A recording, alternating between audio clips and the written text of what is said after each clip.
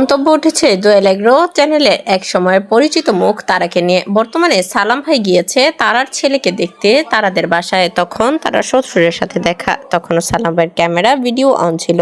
তার শ্বশুর এবার তারা এবং তালিমকে নিয়ে অনেক কথা বলেছে। সালাম ভাইকে বাবা হিসেবে এবং বড় ভাই হিসেবে অনেক বিচার আচারও দিয়েছে তারা এবং তালিমের নামে। তারা শ্বশুর জানিয়েছে তারা এবং তালিমকে নিয়ে যে তারার যে ছেলে সন্তান হয়েছে মূলত নর্মাল ডেলিভারিতে বাসায়, সেক্ষেত্রে তালিম কোনো খরচই দেয়নি, বরং তালিম আরও টাকা নিয়েছে তাদের কাছ থেকে।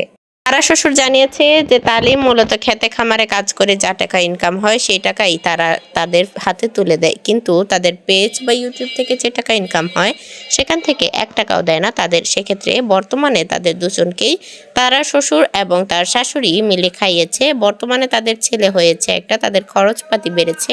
ওই খরচপাতি নিয়ে অনেক কথা বলেছে সালাম ভাইকে এবং অনেক বিচার আচারও দিয়েছে তারা এবং তালিমের ব্যাপারে।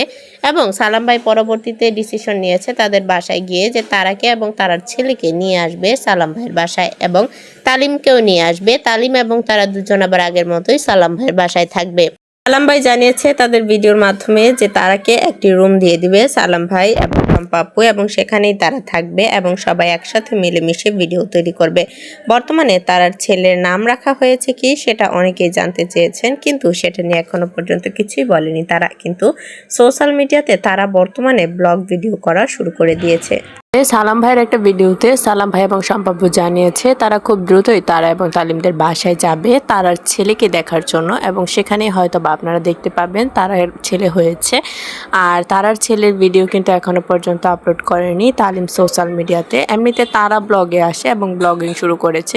তবে তালিম আবার একটা ভিডিওতে জানিয়েছে যে তালিমের ফ্যামিলি থেকে পুরোপুরি এখনও স্বাধীনতা দেয়নি তারাকে ভিডিওতে আসার জন্য, সেই কারণেই তারা এখনও পুরোপুরি ভিডিওতে আসছে না। তবে খুব দ্রুতই তারা ভিডিও রানিং করে